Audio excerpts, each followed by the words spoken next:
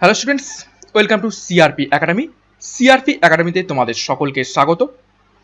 তো আজকে আমরা আপকামিং রেলওয়ে গ্রুপ ডির যে সায়েন্সের ক্লাস করছি, সেই সায়েন্সের আজকে আমরা জীবন বিজ্ঞান অর্থাৎ বায়োলজি 2 নম্বর ক্লাস, যেখানে আমাদের আজকের আলোচ্য বিষয় হলো বংশগতি অর্থাৎ জেনেটিক্স। সম্পূর্ণ থিওরি এবং এমসিকিউ ক্লাস করব এবং এমনভাবে ক্লাস করব শুধুমাত্র রেলওয়ে গ্রুপ ডি নয়, যে কোনো পরীক্ষার জন্য কিন্তু তোমাদের এই যে চ্যাপ্টারটা সেটা কিন্তু খুবই গুরুত্বপূর্ণ হয়ে যাবে। তো বংশগতি এবং জেনেটিক্সের ব্যাপারে কি কি থিওরি এবং কি কি এমসিকিউ রয়েছে এবং এইখান থেকে কিছু প্রশ্ন কিন্তু অবশ্যই রেলওয়ে পরীক্ষাতে কিন্তু এসে থাকে।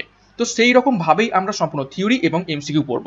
তো চলো শুরু করা যাক আজকের রেলওয়ে গ্রুপ ডি জীবন বিজ্ঞান অর্থাৎ বায়োলজির বংশগতি বা জেনেটিক্স চ্যাপ্টারটি।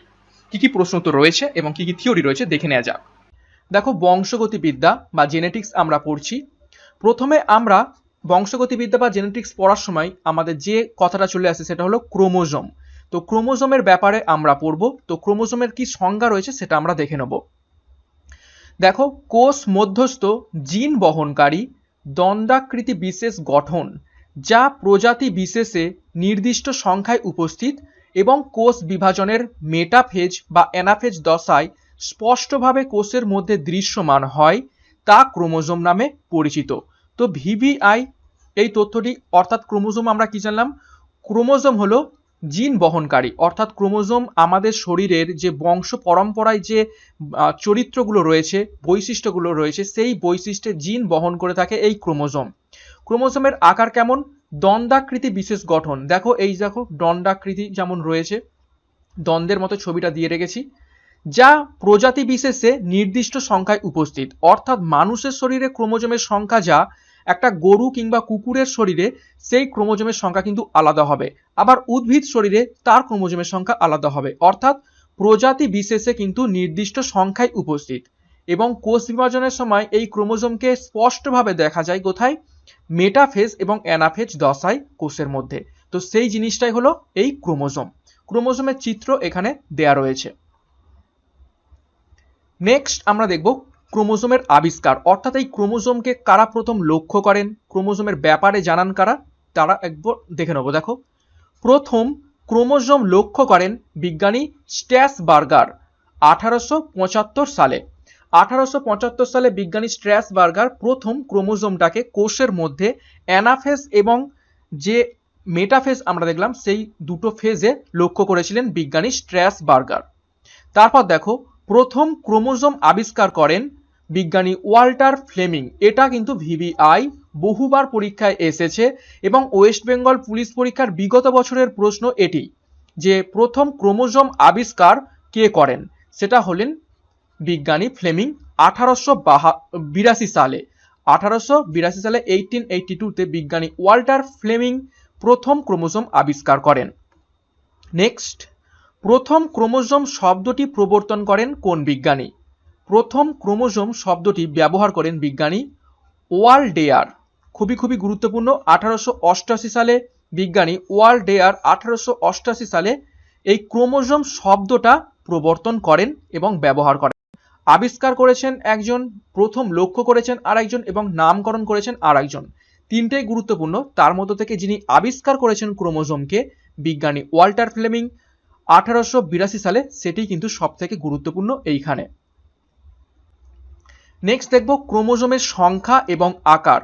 আমরা ক্রোমোজোমের যে সংজ্ঞাটা পড়লাম সেখানে একটা পয়েন্ট দেখলাম। দেখো, প্রজাতি বিশেষে নির্দিষ্ট সংখ্যায় উপস্থিত, অর্থাৎ বিভিন্ন উদ্ভিদে বা বিভিন্ন দেহে কিন্তু ক্রোমোজোমের সংখ্যা আলাদা আলাদা হয়ে থাকে। দেখো, উদ্ভিদের মধ্যে সর্বাধিক ক্রোমোজোম সংখ্যা রয়েছে ওফিগলোজাম নামক একটি উদ্ভিদে। উদ্ভিদের মধ্যে সর্বাধিক ক্রোমোজোম সংখ্যা রয়েছে ওফিগলোজাম নামক একটি উদ্ভিদে, যেখানে ক্রোমোজোমের সংখ্যা হলো 1260টি। 1260 খানা ক্রোমোজোম রয়েছে এই ওফিগলোজাম একটি উদ্ভিদের মধ্যে। এবং প্রাণীদের মধ্যে সর্বাধিক ক্রোমোজোম সংখ্যা দেখা যায় অওলাকান্থা নামক একটি প্রাণীর মধ্যে। ওকে, প্রাণীদের মধ্যে সবথেকে সর্বাধিক ক্রোমোজোম সংখ্যা দেখা যায় অওলাকান্থা নামক একটি প্রাণীর মধ্যে। তো দেখো, এখানে একটু ভুল দেওয়া রয়েছে, এখানে 2 হবে না, এখানে 1600। ওকে, 1600 খানা ক্রোমোজোম দেখতে পাওয়া যায় এই অওলাকান্থা প্রাণীটির মধ্যে। তারপর দেখো উদ্ভিদের মধ্যে সর্বাপেক্ষা কম ক্রোমোজোম দেখা যায় স্পাইরোগাইরা এসপির মধ্যে। ওকে, স্পাইরোগাইরা এসপির মধ্যে এবং মিউকার হেমালিস এই দুটো উদ্ভিদের মধ্যে সবথেকে কম ক্রোমোজোম দেখতে পাওয়া যায়, সেটি হলো মাত্র 2টি।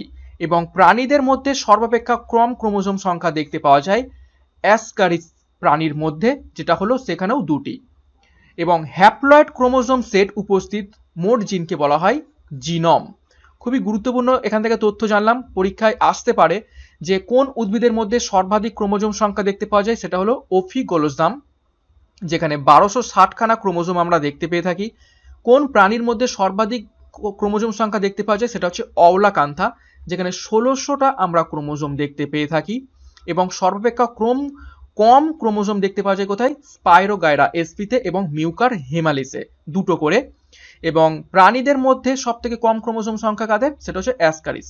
এবং আরো একটি গুরুত্বপূর্ণ নোট দেখো, হ্যাপ্লয়েড ক্রোমোজোম সেটে উপস্থিত মোট জিনকে, অর্থাৎ একটা হ্যাপ্লয়েড ক্রোমোজোম, সেই ক্রোমোজোমে যতগুলো জিন উপস্থিত থাকে সেই জিনকে কি বলা হয়ে থাকে, জিনোম বলা হয়ে থাকে। তো এখান থেকে গুরুত্বপূর্ণ তথ্য আমরা জানলাম। নেক্সট আমরা দেখো মানুষের জনন কোষের ক্রোমোজোম সংখ্যা যেটা হচ্ছে হ্যাপ্লয়েড, অর্থাৎ শুধুমাত্র এন, সেটা হচ্ছে 23টি। এইটাও কিন্তু বহুবার পরীক্ষায় এসেছে, এটা হচ্ছে জনন কোষের ক্রোমোজোম সংখ্যা, যেটা হলো হ্যাপ্লয়েড। এটা কিন্তু ভালো করে প্রশ্নটা দেখতে হবে যে হ্যাপ্লয়েড বলা হয়েছে নাকি ডিপ্লয়েড। এবং কোন কোষ, এটা হচ্ছে জনন কোষ। তো মানুষের জনন কোষে ক্রোমোজোম সংখ্যা হলো হ্যাপ্লয়েড টাইপের, সেটা হলো 23টা উপস্থিত রয়েছে। এবং মানুষের দেহের কোষ, সেটা হলো হ্যাপ্লয়েড সংখ্যা, এটা হচ্ছে হ্যাপ্লয়েড নয়, এটা হবে ক্রোমোজোম। মানুষের দেহের কোষের ক্রোমোজোম সংখ্যা ডিপ্লয়েড টাইপের, সেটা হলো 46টা উপস্থিত রয়েছে। ওকে, তাহলে মানুষের দেহের কোষে রয়েছে 46টি এবং জনন কোষে রয়েছে 23টি। তারপর গুপ্তবীজী উদ্ভিদের শস্য কোষে ক্রোমোজোম সংখ্যা ট্রিপ্লয়েড হয়ে থাকে। এবং সবচেয়ে বড় ক্রোমোজোম ধারণকারী উদ্ভিদ হলো ট্রিলিয়াম। 30 mm এর দীর্ঘ একটা হলো ক্রোমোজোম, যার আকৃতি, অর্থাৎ সব থেকে বড় ক্রোমোজোম ধারণকারী উদ্ভিদ হলো ট্রিলিয়াম। ক্রোমোজোমটার আকৃতি হলো 30 মিলিমিটারের। ওকে, খুবই গুরুত্বপূর্ণ তথ্য এখান থেকে জানলাম। নেক্সট দেখবো অ্যালোজোম দ্বারা যৌন নির্ধারণ পদ্ধতি, অর্থাৎ কার শরীরে কি ধরনের ক্রোমোজোম থাকলে সে পুরুষ হবে কি মহিলা হবে সেটা আমরা কিন্তু বুঝতে পারি। তো সেটা হচ্ছে অ্যালোজোম দ্বারা যৌন নির্ধারণ পদ্ধতি আমরা দেখব। যদি মানুষের শরীরে কোনো একজন ব্যক্তির শরীরে যদি দুটো XX ক্রোমোজোম থাকে তাহলে তিনি হবেন মহিলা বা স্ত্রী। আর যদি মানুষের শরীরে XY এই ধরনের দুটো আলাদা আলাদা ক্রোমোজোম থাকে তো তিনি হবেন পুরুষ। তো একটি X ক্রোমোজোম এবং অন্যটি Y ক্রোমোজোম। বহুবার পরীক্ষায় এসেছে এই ধরনের প্রশ্ন যে XX ক্রোমোজোম ধারণকারী ব্যক্তি সেটি পুরুষ নাকি স্ত্রী। তো দুটো X ধারণকারী ক্রোমোজোম তিনি হবেন স্ত্রী এবং XY ক্রোমোজোম ধারণকারী ব্যক্তি হবেন পুরুষ। নেক্সট আমরা দেখব ক্রোমোজোমের সংখ্যা এবং আকার। দেখো ডিএনএর হলো দ্বিতন্ত্রী কুণ্ডলীকৃত গঠন, যা আবিষ্কার করেন ওয়াটসন এবং ক্রিক নামক দুই বিজ্ঞানী 1953 সালে। খুবই গুরুত্বপূর্ণ। এই ডিএনএ হলো ক্রোমোজোমের একটি হচ্ছে জিন টাইপের, এই ডিএনএ ক্রোমোজোমের মধ্যে থাকে। তো ডিএনএ হলো দ্বিতন্ত্রী কুণ্ডলীকৃত, এই যে দ্বিতন্ত্রী এই একটা এবং এই একটা ছবিতে দেখানো রয়েছে এই রকম ভাবে থাকে, একটা তন্তু এবং আর একটা থাকে এই রকম। তো এটা হচ্ছে দ্বিতন্ত্রী কুণ্ডলীকৃত, পাকিয়ে পাকিয়ে থাকে, এবং যেটি আবিষ্কার করেছেন ওয়াটসন অ্যান্ড ক্রিক নামক দুজন বিজ্ঞানী 1953 সালে। ভিভিআই প্রশ্ন যে ডিএনএর গঠন কারা আবিষ্কার করেন, তো সঠিক উত্তর হয়ে যাবে ওয়াটসন অ্যান্ড ক্রিক। এই প্রশ্নটি বহুবার পরীক্ষায় এসেছে। তারপর ডিএনএ এক প্রকার জেনেটিক বস্তু, এটি প্রমাণ করেন বিজ্ঞানী হার্সে এবং চেজ। ডিএনএ যে এক প্রকার জেনেটিক বস্তু যেটা ক্রোমোজোমের মধ্যে থাকে এটা প্রমাণ করেছেন কে, বিজ্ঞানী হার্সে এবং চেজ নামক দুই বিজ্ঞানী। তারপর দেখো দুটো গুরুত্বপূর্ণ তথ্য। জিন বহনকারী জীবনের ব্লুপ্রিন্ট হলো ডিএনএ। বহুবার এটাও পরীক্ষায় এসেছে জিন বহনকারী জীবনের ব্লুপ্রিন্ট কোনটি? তো সঠিক উত্তর হবে ডিএনএ। তারপর দুটো নিউক্লিওটাইডের মধ্যবর্তী দূরত্ব কত? সেটা হলো 3.4 অ্যামস্ট্রং। অর্থাৎ এই যে একটা কুণ্ডলী এবং এই যে আরেকটা কুণ্ডলী, এই দুটোর মধ্যে ডিস্টেন্স কত? এটার ডিস্টেন্স হলো 3.4 অ্যামস্ট্রং। ওকে, তো দুটো নিউক্লিওটাইডের মধ্যবর্তী দূরত্ব হলো 3.4 অ্যামস্ট্রং। এই অ্যামস্ট্রং এর সাইনটা দেখো, এর দিয়ে মাথায় 0। নেক্সট দেখব, ডিএনএর একটি সম্পূর্ণ প্যাচের মধ্যে নিউক্লিওটাইডের সংখ্যা 10টি। অর্থাৎ দেখো, এই যে গোটা একটা প্যাচ, যদি একটা পূরণ যদি প্যাচ করতে হয় তো মোট 10টা হচ্ছে প্যাচ থাকে নিউক্লিওটাইডে। অর্থাৎ একটা সম্পূর্ণ প্যাচের মধ্যে নিউক্লিওটাইডের সংখ্যা কটা? 10টি। এটাও কিন্তু বহুবার পরীক্ষায় এসেছে যে ডিএনএর একটা সম্পূর্ণ প্যাচের মধ্যে কতগুলো নিউক্লিওটাইড থাকে, সেটা হচ্ছে 10টি। এবার যেহেতু 10টা থাকে, তার মানে আমরা একটু আগে দেখলাম 3.4 অ্যামস্ট্রং ইন্টু 10, তাহলে কত হবে? 34 অ্যামস্ট্রং কিন্তু এর দূরত্ব। তারপর দেখো, নাইট্রোজেন বেস সমন্বয়। ডিএনএর মধ্যে এবং আরএনএর মধ্যে দুটো করে নাইট্রোজেন বেস থাকে। একটা হচ্ছে অ্যাডেনিন এবং ইউরাসিল। দেখো, এই দিকেরটা হচ্ছে আরএনএ, ডান দিকেরটা হচ্ছে আরএনএ। আরএনএর মধ্যে কি কি দেখতে পাচ্ছি?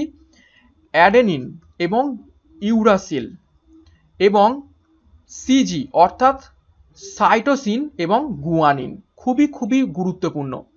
এবং ডিএনএর ক্ষেত্রে সবগুলোই একই থাকে, শুধু এই ইউরাসিলের জায়গায় কে চলে আসে? থাইমিন। দেখো, অ্যাডেনিন এবং থাইমিন এবং গুয়ানিন এবং সাইটোসিন। পরীক্ষায় প্রশ্ন আসে যে ডিএনএতে কোনটি অনুপস্থিত, তখন সঠিক উত্তর হয়ে যাবে এই ইউরাসিল। ইউরাসিলটা দেখো ডিএনএতে অনুপস্থিত। আবার প্রশ্ন আসে আরএনএতে কোনটা অনুপস্থিত, তখন উত্তর হয়ে যাবে থাইমিন। তো এই জায়গাটা কিন্তু ভালো করে দেখবে, ছবিতে কিন্তু সুন্দরভাবে এখানে দেখানো হয়েছে। ডিএনএতে কি কি অবস্থিত রয়েছে? অ্যাডেনিন, গুয়ানিন, সাইটোসিন এবং থাইমিন, 4টে উপাদান রয়েছে ডিএনএতে। এবং আরএনএতেও সবগুলোই সেম রয়েছে, অ্যাডেনিন, গুয়ানিন, সাইটোসিন। শুধুমাত্র একটা পরিবর্তিত হয়েছে, থাইমিনের জায়গায় চলে এসেছে আরএনএতে ইউরাসিল। এটা কিন্তু খুবই গুরুত্বপূর্ণ, মনে রাখার চেষ্টা করতে হবে, পরীক্ষায় কিন্তু এইখান থেকেই প্রশ্নটা আসে। তারপর চার্জ গেফের নীতি। চার্জ গেফের নীতি কি বলছে? ডিএনএর মধ্যে পিউরিন এবং পিরিমিডিন পরিমাণ সমান থাকে। ডিএনএর মধ্যে পিউরিন এবং পিরিমিডিনের পরিমাণ সমান থাকে। এই হচ্ছে অ্যাডেনিন এবং এই যে অ্যাডেনিন এবং ইউরাসিল, এটা হচ্ছে পিউরিন, এবং গুয়ানিন এবং সাইটোসিন এগুলো হচ্ছে পিরিমিডিন। তো দুটোর কিন্তু যে পরিমাণ, সে দুটো কিন্তু সমান অবস্থাতে থাকে। তো গুরুত্বপূর্ণ তথ্য এখান থেকে আমরা দেখলাম। ভালো করে ফলো করবে, ডিএনএর মধ্যে কি থাকে এবং আরএনএর মধ্যে কি থাকে। নেক্সট আমরা দেখব জিন। জিন কাকে বলে? জিন হলো বংশগতির ভৌত এবং কার্যগত একক। 1909 খ্রিস্টাব্দে ডব্লিউ.জে. জোহানসন জিন শব্দটি সর্বপ্রথম প্রবর্তন করেন, ভিভিআই। এই প্রশ্নটা পরীক্ষায় এসেছে যে কোন বিজ্ঞানী জিন শব্দটি প্রথম ব্যবহার করেন। সঠিক উত্তর হয়ে যাবে ডব্লিউ.এল. জোহানসন। ডব্লিউ.এন. জোহানসন প্রথম জিন শব্দটি ব্যবহার করেন। এবং জিন হলো বংশগতির ভৌত এবং কার্যগত একক, যেটি 1909 সালে প্রথম ব্যবহার করেন। তারপর কোডন বার্তাবহ। কোডন বার্তাবহ আরএনএ বা এমআরএনএ। তো কোডন বার্তাবহ আরএনএ বা এমআরএনএতে উপস্থিত পরপর 3টি নাইট্রোজেন ঘটিত ক্ষার, যা একটি অ্যামাইনো অ্যাসিডকে সংকেত করে, তাকে কোডন বলে, ভিভিআই। কি বলা হচ্ছে? এমআরএনএতে উপস্থিত 3টি পরপর নাইট্রোজেন ঘটিত ক্ষার, যা একটি অ্যামাইনো অ্যাসিডকে সংকেত করে, তাকে কোডন বলে। এই কোডন আবিষ্কার করেন কারা? দেখো, নিরেনবার্গ, হোলি, লার্গোবিন্দ, খোরানা। ঠিক আছে, নিরেনবার্গ, হোলি অ্যান্ড এটা লার্গোবিন্দ নয়, হরগোবিন্দ হবে, এটা হরগোবিন্দ, সরি। নিরেনবার্গ, হোলি এবং হরগোবিন্দ খুরানা, এই 3জন মিলে কোডনটি আবিষ্কার করেন। এবং এই হরগোবিন্দ খোরানা, ইনি একজন ইন্ডিয়ান, ভারতীয়। ওকে, এবং সেই কারণে এই কোডন আবিষ্কার করার জন্য হরগোবিন্দ খোরানাকে জেনেটিক কোড এবং কৃত্রিম জিন আবিষ্কারের জন্য নোবেল পুরস্কার দেওয়া হয়েছিল। তো এই হরগোবিন্দ খোরানা একজন ভারতীয়, তিনি কোডন আবিষ্কার করার জন্য নোবেল পুরস্কার পেয়েছিলেন। ভিভিআই বহুবার পরীক্ষায় এসেছে যে কোডন আবিষ্কার করার জন্য কোন ভারতীয়কে নোবেল পুরস্কার দেওয়া হয়েছে, তখন সঠিক উত্তর হয়ে যাবে হরগোবিন্দ খুরানা। নেক্সট আমরা দেখব মিউটেশন। মিউটেশন কি দেখব, ক্রোমোজোমের সংখ্যা বা গঠন ডিএনএ বা জিনের এটা আকস্মিক হবে। ক্রোমোজোমের সংখ্যা বা গঠন ডিএনএ বা জিনের আকস্মিক অনিয়ম পরিবর্তন যা বংশ পরম্পরায় সঞ্চারিত হতে পারে তাকে মিউটেশন বলে। অর্থাৎ ক্রোমোজোমের সংখ্যার যদি আমাদের মানুষের শরীরে দেখলাম জনন কোষে 23টা এবং আমাদের দেহকোষে 46টা থাকে, এর মধ্যে যদি কোনো একটা ক্রোমোজোমের প্রবলেম ঘটে যায়, 23টার বদলে যদি 22টা হয়ে যায় বা 46টার বদলে যদি 47টা বা 45টা হয়ে যায়, অর্থাৎ ক্রোমোজোমের সংখ্যা বা ডিএনএর যে জিনগুলো রয়েছে সেই জিনের যদি কোনো রকম হঠাৎ করে পরিবর্তন হয়ে যায়, সেই পরিবর্তনটা কিন্তু বংশ পরম্পরায় চলতে থাকবে। ঠিক আছে, তো সেই জিনিসটাকেই বলা হয় মিউটেশন, সেই জিনিসটাকেই বলা হয় মিউটেশন। যেমনটা আমরা দেখে থাকি কারোর পরিবারে যদি আঙুল জোড়া থাকে সেইটা কিন্তু কোনো একটা জিনের জন্য প্রবলেম, তো আঙুল জোড়াটা কিন্তু সেটা বংশ পরম্পরায় চলতে থাকবে। তো এটাই হচ্ছে সেই মিউটেশন। দেখো মিউটেশন ক্রোমোজোম এবং জিন ঘটিত রোগের জন্য দায়ী এবং এই মিউটেশনটা বিভিন্ন রোগের জন্য কিন্তু দায়ী হয়ে থাকে। দেখো উদাহরণ দেখো, সিকাসেল অ্যানিমিয়া, কারোর শরীরে অ্যানিমিয়ার প্রবলেম হয়ে থাকে। মঙ্গলিস বা ট্রাইসোমি 21 ক্রোমোজোম, অর্থাৎ এই যে 23 জোড়া ক্রোমোজোম রয়েছে আমাদের জনন কোষে, সেইখানে 21 নম্বর ক্রোমোজোমের কিন্তু প্রবলেম হয়ে গেলে মঙ্গলিস রোগটা হয়ে থাকে। তারপর টার্নার সিনড্রোম, টার্নার সিনড্রোম রোগটা হলো দুটো এক্স এক্স থাকার পরিবর্তে এই এক্স এর জায়গায় কোনো এক্স থাকে না, অর্থাৎ শুধুমাত্র শরীরে একটা এক্স থাকে আর একটা এক্স ক্রোমোজোম কিন্তু অনুপস্থিত, সেটা হচ্ছে টার্নার সিনড্রোম। তারপর ক্লাইনফিল্টার সিনড্রোম, যেখানে দুটো এক্স এক্স থাকার সাথে সাথে একটা ওয়াই চলে আসে। ঠিক আছে, এটা হচ্ছে ক্লাইনফিল্টার সিনড্রোম। এবং হিমাফিলিক বা রয়্যাল ডিজিজ, সেটা হলো এই দেখো ছবি দেওয়া রয়েছে, এটা হিমাফিলিক, যেখানে রক্ত কিন্তু তঞ্চিত হতে পারে না এবং পায়ে কিন্তু এইরকম বড় বড় ফুলে যায়, এটা হচ্ছে এই মিউটেশন বা ক্রোমোজোম বা জিন ঘটিত রোগ। নেক্সট আমরা দেখব মেন্ডেলিয়ান জেনেটিক্স। এবার আমরা একটু উদ্ভিদের যে বংশগতি রয়েছে সেটার ব্যাপারে একটু দেখব। দেখো মেন্ডেলিয়ান জেনেটিক্স কেন বলা হচ্ছে, মেন্ডেলীয় বংশগতি এটাকে বলা হয়ে থাকে, কেননা যে বিজ্ঞানী আবিষ্কার করেছিলেন তার অনুসারেই নাম অনুসারে কিন্তু এই বংশগতির নামটা করা হয়েছে। দেখো 1906 সালে বিজ্ঞানী ব্যাটেসন জেনেটিক্স শব্দটি প্রবর্তন করেন। অর্থাৎ দেখো একটু আগে আমরা দেখলাম জিন শব্দটা কিন্তু একজন বিজ্ঞানী প্রবর্তন করেছিলেন, তার নাম কি WN জোহানসন, তিনি জিন শব্দটা ব্যবহার করেছিলেন।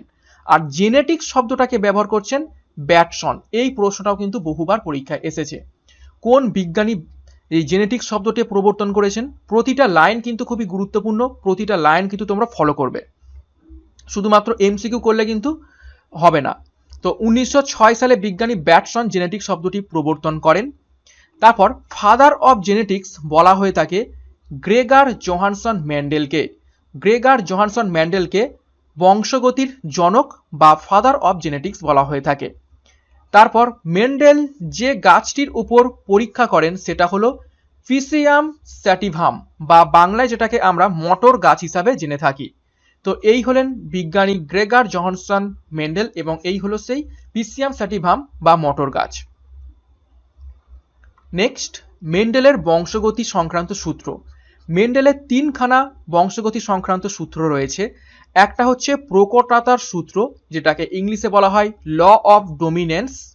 দ্বিতীয়টি হচ্ছে পৃথকীভবনের সূত্র, ল অফ সিগ্রেশন, এটা হলো মেন্ডেলের প্রথম সূত্র। এবং তৃতীয়টা হচ্ছে স্বাধীন বিন্যাসের বন্টনের সূত্র, সেটা হচ্ছে ল অফ ইন্ডিপেন্ডেন্ট অ্যাসর্টিয়েন্ট, এটা হচ্ছে মেন্ডেলের দ্বিতীয় সূত্র। তো এইটা হলো তিন প্রকার সূত্র মেন্ডেলের বংশগতি সংক্রান্ত, একটা কি ল অফ ডমিনিয়েন্স, ল অফ সিগ্রেশন এবং ল অফ ইন্ডিপেন্ডেন্ট অ্যাসর্টিয়েন্ট। তো খুবই গুরুত্বপূর্ণ তথ্য কিন্তু এখান থেকে জানলাম। তো দেখো যেটা প্রকটতা সূত্র বা মেন্ডেলস ল অফ ডমিনিয়েন্স এইভাবে হয়ে থাকে, বড় হাতের টি একটা বৈশিষ্ট্য এবং ছোট হাতের টি আর একটা বৈশিষ্ট্য। এটা হচ্ছে আর একটা দেখো বড় হাতের টি আর একটা ছোট বৈশিষ্ট্য এবং ছোট হাতের টি আর একটা বৈশিষ্ট্য। তো এই দুটোর ক্রস করা হয়েছিল। তো ক্রস করার পরে এই বড় হাতের টি হলো বড় গাছ, অর্থাৎ মটর গাছ খুব বৃহৎ হবে। তারপর মটর গাছ বৃহৎ এটাতেও হবে, কেননা বড় হাতের টি রয়েছে, এটাতেও বড় হবে এবং এটাতেও বড় হবে। কিন্তু যেটাই দুটো ছোট হাতের টি সেটা কিন্তু বামন আকৃতির গাছ হবে। অর্থাৎ এখানে রেশিও হলো বড় গাছ হওয়ার রেশিও হলো 3 এবং ছোট গাছ রেশিও হলো 1। অর্থাৎ বড় গাছ হওয়ার রেশিও 3 এবং ছোট গাছ হওয়ার রেশিও 1।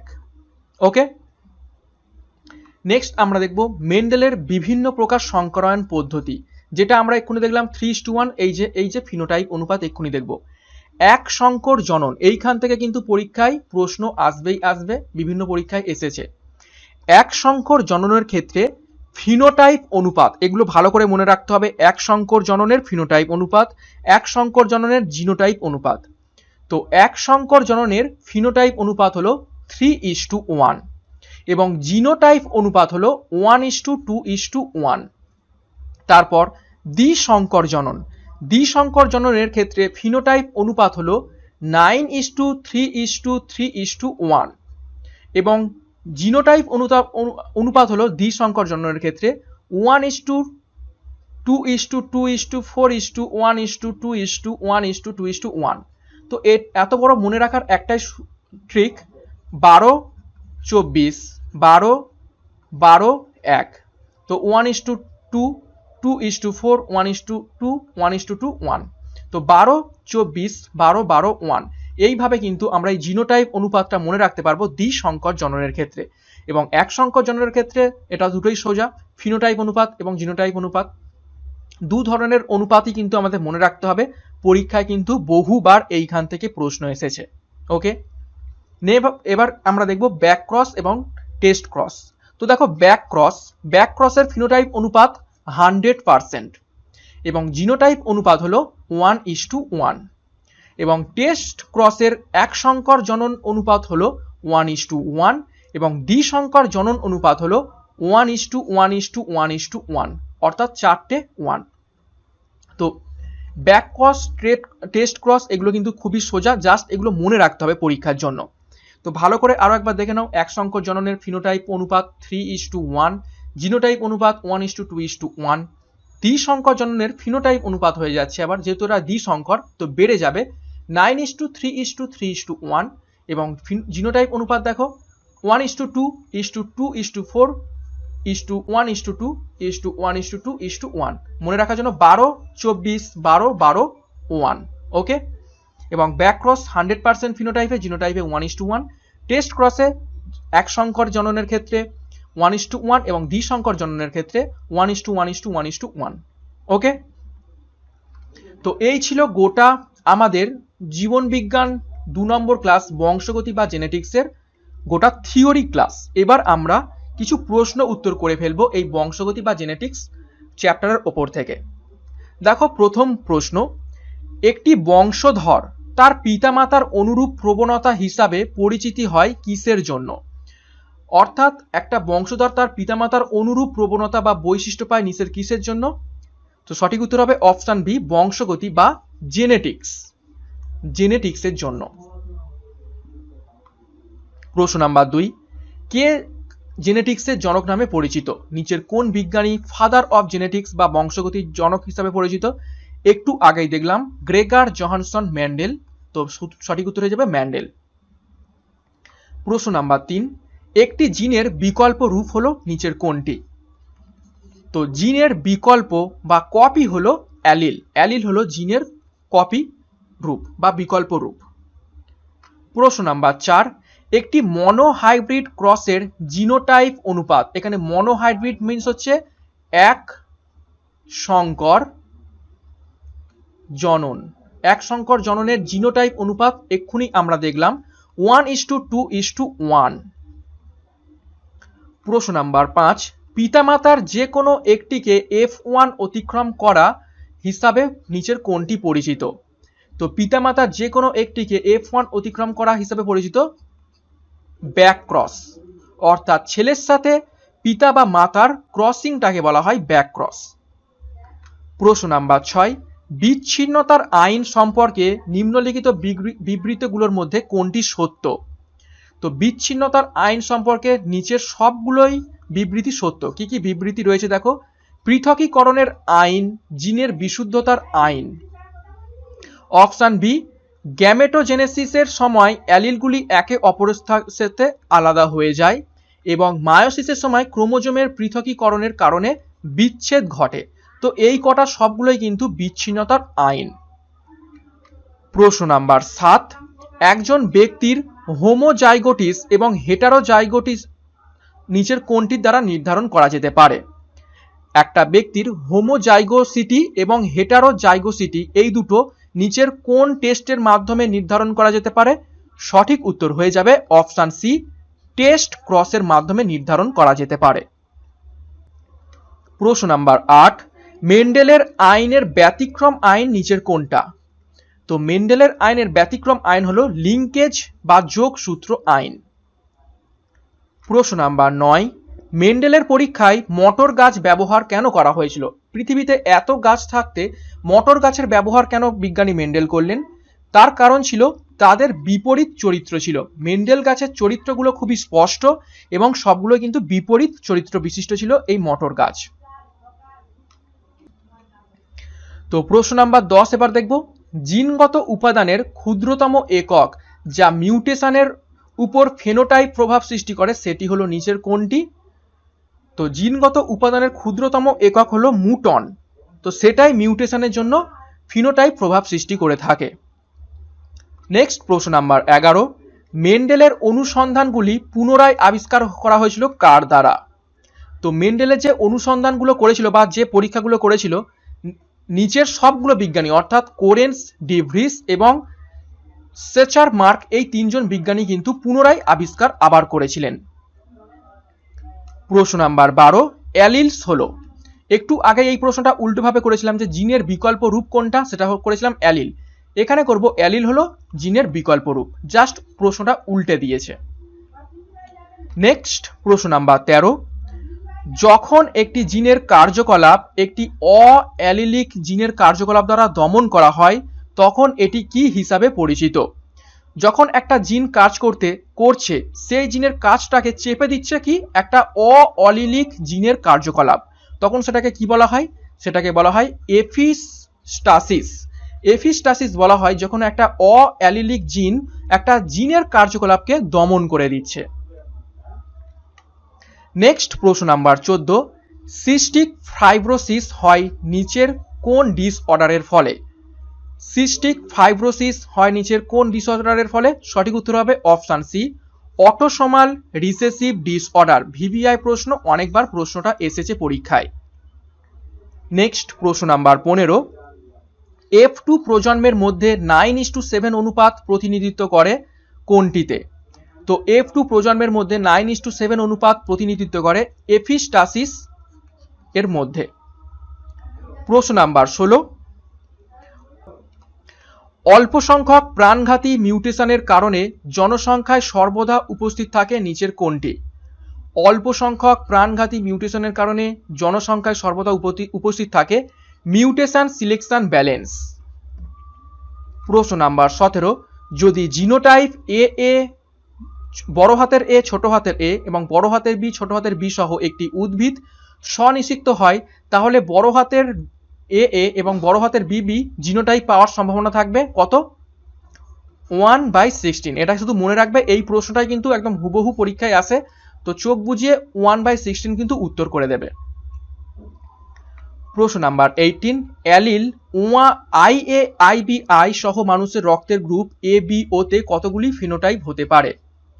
অ্যালিল IAIBI সহ মানুষের রক্তের গ্রুপ ABO তে কতগুলি ফিনোটাইপ হতে পারে? সঠিক উত্তর হবে 4। এই প্রশ্নগুলো কিন্তু শুধুমাত্র মনে রাখতে হবে একদম মুখস্থের মতো, কেননা এগুলো এত শর্টে বোঝানো সম্ভব নয় এবং এগুলো কিন্তু ডাইরেক্ট এইভাবেই প্রশ্ন আসে, তো দেখা মাত্রই সঠিক উত্তর করে ফেলতে হবে 4 উত্তর। প্রশ্ন নাম্বার 19, জ্যামিতিক যন্ত্র যা পুরুষ ও মহিলা গ্যামেটের সম্ভাব্য সকল সমন্বয় খুঁজে বের করতে সাহায্য করে তাকে কি বলা হয়? অর্থাৎ নিচের কোন জ্যামিতিক যন্ত্র বা জিওগ্রাফিক যন্ত্র যা পুরুষ ও মহিলা গ্যামেটের সম্ভাব্য সকল সমন্বয় খুঁজে বের করতে সাহায্য করে সেটাকে কি বলা হয়? সেটাকে বলা হয় পুনেট স্কয়ার। পুনেট স্কয়ার হলো সেই জিওগ্রাফিক যন্ত্র যা পুরুষ এবং মহিলা গ্যামেটের সম্ভাব্য সকল সমন্বয় খুঁজে বের করতে সাহায্য করে। এবং আজকের ক্লাসের শেষ প্রশ্ন নাম্বার 20 নম্বরটা দেখো, কোন শব্দটি পরস্পর বিপরীত চরিত্রের প্রতিনিধিত্ব করে? নিচের কোন শব্দটি পরস্পর বিপরীত চরিত্রের প্রতিনিধিত্ব করে? তো সঠিক উত্তর হবে অ্যালেলোমরফস। অ্যালেলোমরফস এই শব্দটি পরস্পর বিপরীত চরিত্রের প্রতিনিধিত্ব করে। তো এই পর্যন্তই ছিল আজকের রেলওয়ে গ্রুপ ডির বায়োলজির 2 নম্বর ক্লাস, যেটা হলো জেনেটিক্স। আশা করছি ক্লাসটা তোমাদের খুব ভালো লেগেছে। সম্পূর্ণ থিওরি, শুধুমাত্র এমসিকিউ নয়, থিওরি প্লাস এমসিকিউ। প্রচুর তথ্য আমরা দেখলাম, তার উপর থেকে কি কি প্রশ্ন আসতে পারে পরীক্ষাতে সেগুলো কিন্তু আমরা ডিটেলসে আলোচনা করলাম। ওকে, তো এইখানেই শেষ করছি আজকের জীবন বিজ্ঞানের 2 নম্বর ক্লাস জেনেটিক্সের উপর বা বংশগতির উপর থেকে। তোমাদের এইখান থেকে প্রশ্ন অবশ্যই কমন আসবে এবং নেক্সট দিন আরও একটা গুরুত্বপূর্ণ সায়েন্সের চ্যাপ্টারের উপর থেকে আমি তোমাদের কাছে ক্লাস নিয়ে হাজির হয়ে পড়বো। তো ততক্ষণের জন্য এখানেই শেষ করলাম। Thank you.